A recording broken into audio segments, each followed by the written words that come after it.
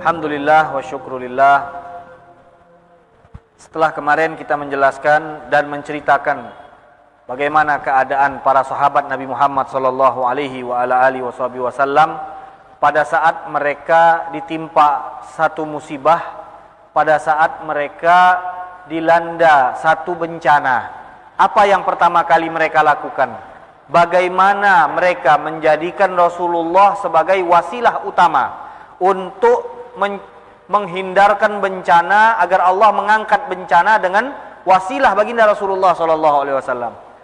Kemarin kita ceritakan cerita Abu Hurairah, daya ingatnya lemah. Dia datang ke Nabi Muhammad SAW. Cerita kedua, Abdurrahman bin Syurahbil.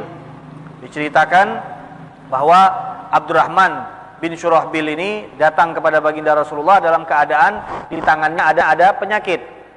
Ada penyakit seperti mata ikan, dan dia datang kepada Rasulullah SAW. Dia datang bukan karena agar supaya penyakit ini hilang begitu saja dan kemudian dia bisa santai tidur di rumah, bukan.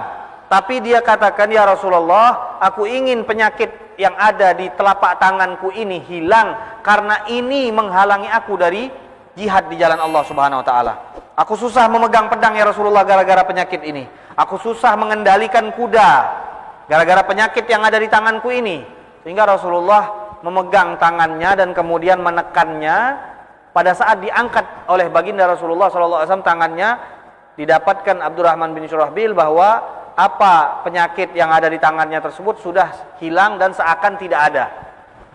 Ini Abdurrahman bin Syurahbil. Kemudian kita juga menceritakan kemarin salah seorang sahabat Nabi Muhammad yang bernama Qatadah. Dalam perang Badar, dia ikut dalam perang. Kemudian di dalam peperangan tersebut Ikrimah bin Abu Jahal memotong tangannya, bukan, ini Qatadah matanya yang keluar. Qatadah ini matanya keluar. Jadi tertusuk entah bagaimana dalam satu peperangan, matanya keluar, sampai-sampai dalam keadaan berperang ini beliau memegang bola matanya yang masih ada sedikit sisa dari matanya ini. Beliau pegang dan melanjutkan perang. Kata para sahabat yang lain melihat keadaan ini, wahai Qatadah, bagaimana engkau melanjutkan peperangan sedangkan engkau kesusahan melihat dan memegang tangan satu memegang bola matamu? Mendingan kata para sahabat kau cabut saja. Tapi apa yang dikatakan sahabat Nabi? Tidak. Dalam urusan ini pun aku akan meminta izin kepada Rasulullah SAW. Lihat bagaimana sahabat Nabi mengagungkan Nabi Muhammad SAW. Pengagungan inilah yang harus kita hidupkan di umat Nabi Muhammad SAW. Kita hilang pengagungan terhadap Nabi, itu sudah tidak ada di hati kita.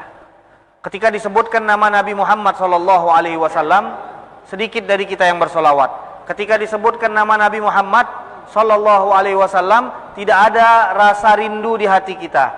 Kenapa semua ini? Dan kita semua menyadari disebut nama Nabi berkali-kali dan tidak mengguncang hati kita umat Islam yang mengaku Nabi adalah teladan kita, Nabi adalah orang nomor satu di hati orang Islam. Tapi disebutkan berkali-kali nama Nabi, bahkan disebutkan berkali-kali nama Allah Subhanahu Wa Taala, tidak ada efek sama sekali sekarang kita ini. Karena kotornya hati kita, lemahnya iman kita, tidak mengenal bagaimana keagungan Nabi Muhammad SAW. Kita ini sudah tidak mengenal Nabi di zaman akhir ini, kurang kenal dengan Nabi, tidak mengagungkan Nabi, ditambah lagi ada aliran-aliran yang masuk yang memang mereka ingin memutuskan hubungan kita kepada Nabi. Nah, ini menjadi faktor penyebab umat ini terpecah belah dan juga semakin jauh dari Rasulullah SAW. Bagaimana kita mau kenal sama Nabi? Bagaimana kita mau dekat sama Nabi? Bagaimana kita mau cinta dengan Nabi kalau kita tidak baca sejarah Nabi? Kalau kita tidak mengenang hal-hal yang berkaitan dengan Nabi? Kita lihat berapa banyak peninggalan sejarah baginda Rasulullah SAW, baik yang di kota Mekah atau di kota Madinah, hilang begitu saja dan dihilangkan dengan sengaja. Banyak sekali tempat-tempat bersejarah dihilangkan begitu saja.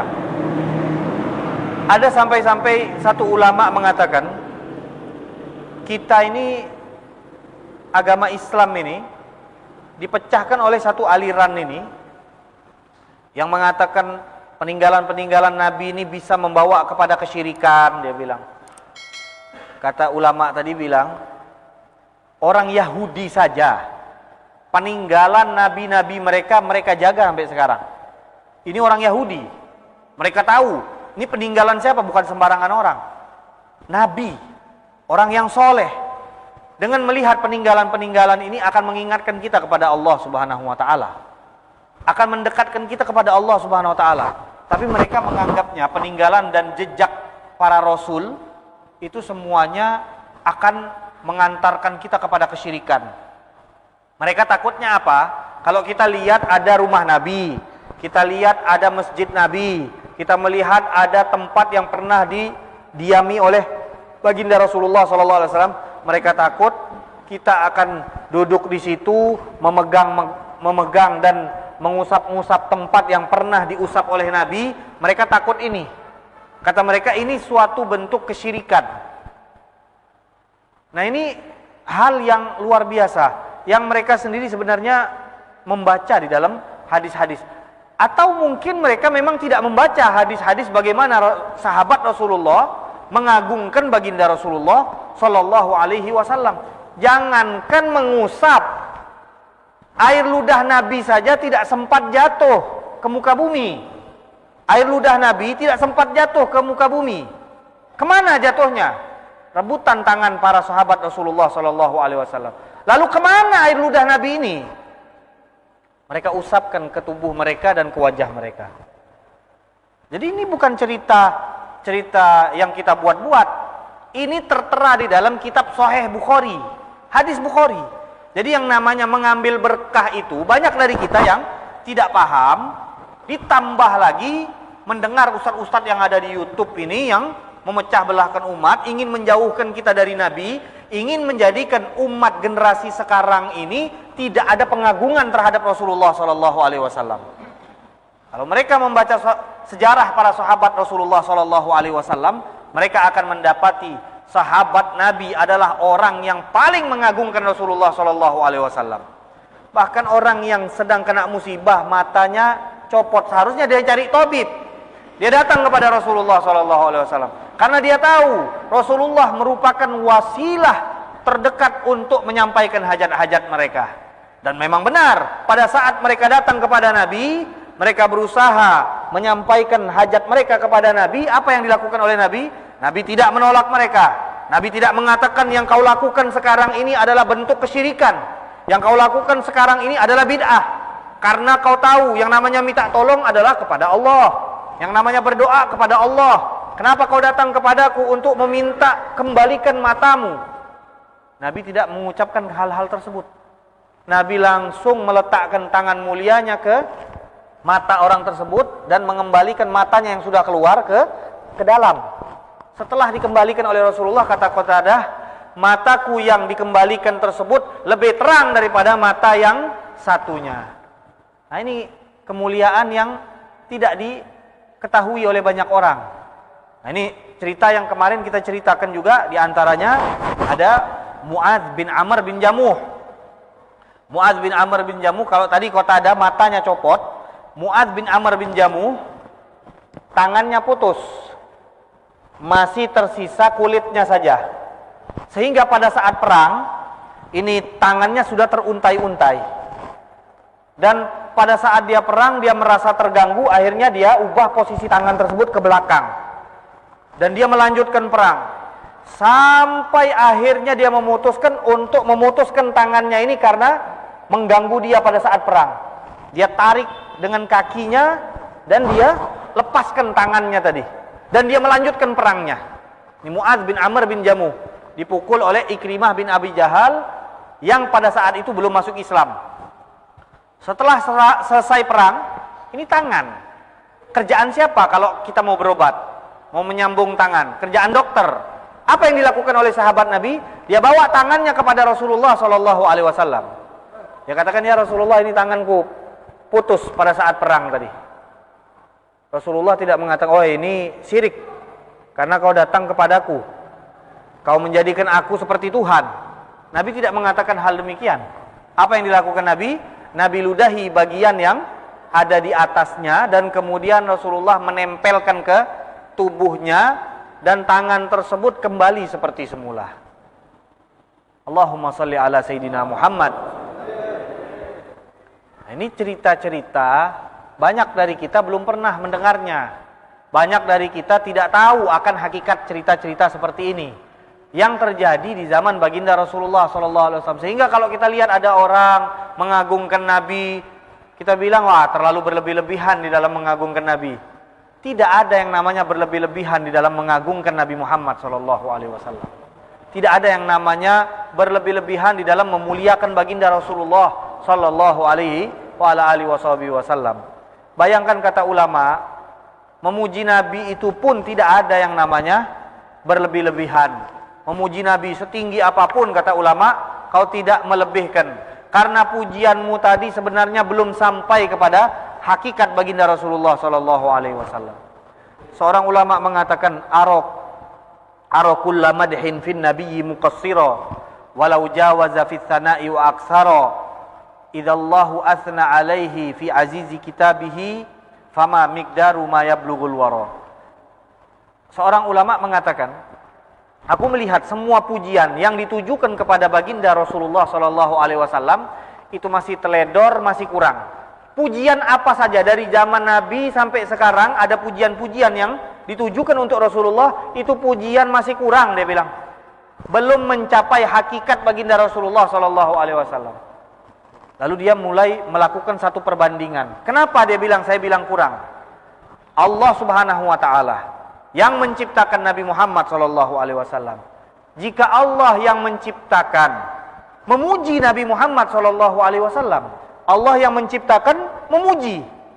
Lalu bagaimana perbandingan pujian kita jika dibandingkan dengan pujian Allah Subhanahu wa taala? Kau mau puji setinggi-tinggimu silahkan, yang penting jangan kau anggap Tuhan.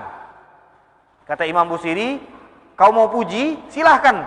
Puji Nabi Muhammad, angkat Nabi Muhammad, muliakan Nabi Muhammad SAW setinggi-tingginya.